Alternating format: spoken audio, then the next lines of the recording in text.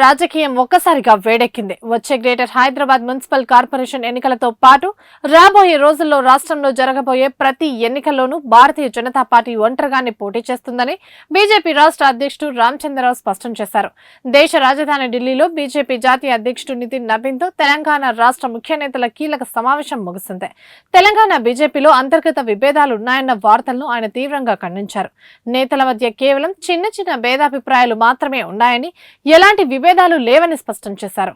తెలంగాణలో పార్టీని అధికారంలోకి తీసుకురావడమే తమ ఏకైక లక్ష్యమని ప్రకటించారు. జీహెచ్ఎంసీ ఎన్నికల్లో ఏ ఇతర పార్టీతోనూ పొత్తు పెట్టుకునే ప్రసక్తి లేదని, బీజేపీ ఒంటరిగానే బరిలోకి దిగుతుందని ప్రకటించారు.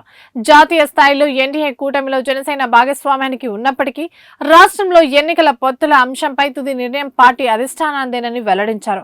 ప్రస్తుతం రాష్ట్రంలోని 937 మండలాల్లో పార్టీని బలోపేతం చేసే కార్యక్రమం వేగవంతంగా జరుగుతున్నాయని వివరణ ఇచ్చారు. రాబోయే శాసనసభ సమావేశాలు పూర్తయిన వెంటనే ఎంపీలు మరియు ఎమ్మెల్యేలతో ప్రత్యేకంగా సమావేశమై భవిష్యత్ కార్యాచరణను ఖరారు చేస్తామని తెలిపారు. తెలంగాణలో ప్రత్యామ్నాయంగా ఎదగడమే లక్ష్యంగా బీజేపీ అడుగులు వేస్తోంది.